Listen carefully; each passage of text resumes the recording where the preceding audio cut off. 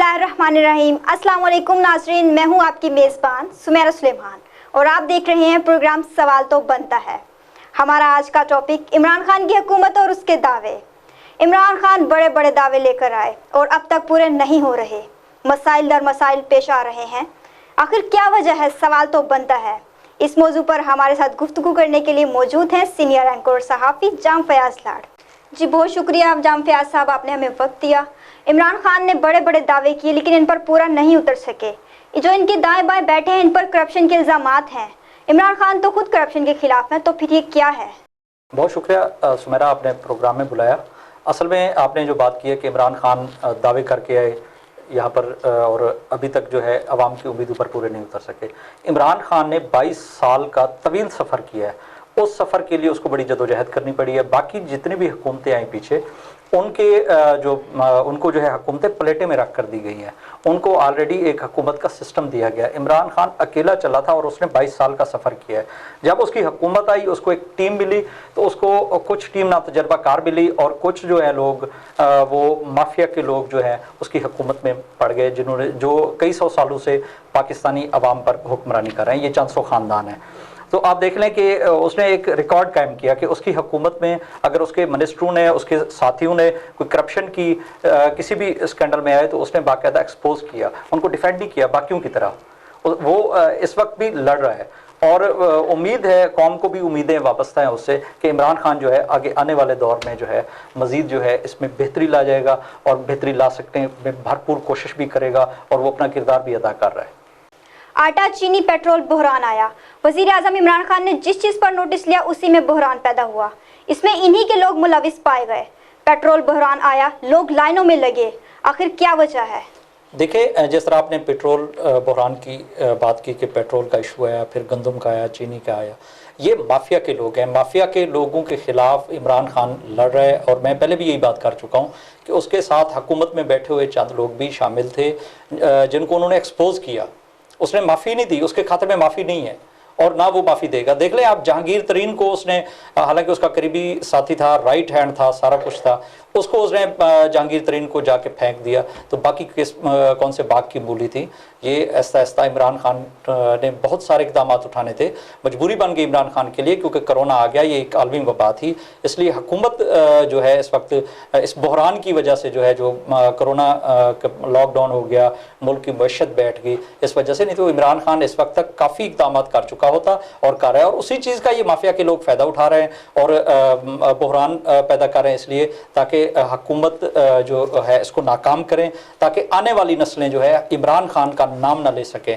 इमरान खान ने 22 साल की जदोजहद की, उसको आवाम ने दिल से चाहा, दिल से वोट दिया और ये लोग चाहते हैं कि अगर हम ऐसे इसको फलाप कर दें इस गवर्नमेंट को, जो अवामी गवर्नमेंट है, कि इमरान खान के लिए आइंदा इमरान खान जैसे लोगों का नाम जो है ये कौम लेना भूल जाए और यही लोग, इनकी नस्लें जो है यही अवाम पर हुक्मरानी करें और वही लूट मार करें जिस तरह इन्होंने पहले मुल्क का बेड़ा गर्क किया हुआ है। जहां मसाइल दर मसाइल हैं, पीपल्स पार्टी, नून लीग और अपोजिशन की दूसरी जमातें एक साथ होती हैं, हुकूमत को टफ टाइम दे रही हैं। आखिर क्यों? आप देख लें, चाहे नून लीग है, चाहे पीपल्स पार्टी है या बाकी भी अपोजिशन की जमातें हैं, तो ख़ास तौर पर पीपल्स पार्टी और नून लीग को देख लें। ये दोनों जमातें जो है एक दूसरे के खिलाफ करप्शन के इल्ज़ाम लगाते रहे हैं। मियाँ शहबाज शरीफ साहब कैसे बात करते थे या बिलावल साहब कैसे बात करते थे, मरियम नवाज़ कैसे बात करती थी या जरदारी साहब भी। ये दोनों लोग दोनों जमातों की जो क़ियादत है, अलग क़ियादत है, ये एक दूसरे पर बातें करते रहे, एक दूसरे के खिलाफ करप्शन करते रहे। अब ये इकट्ठे हो गए हैं। अब नून लीग की बात मानी जाए या पीपल्स पार्टी की बात मानी जाए, इमरान खान जो है इस वक्त अकेला लड़ रहा है, वो एक सिस्टम के खिलाफ लड़ रहा है। तो मैं तो यही देख रहा हूँ कि इमरान खान जो है इस वक्त अवाम जो है इमरान खान की तरफ देख रही है और इमरान खान बहरान पर काबू पा जाएगा।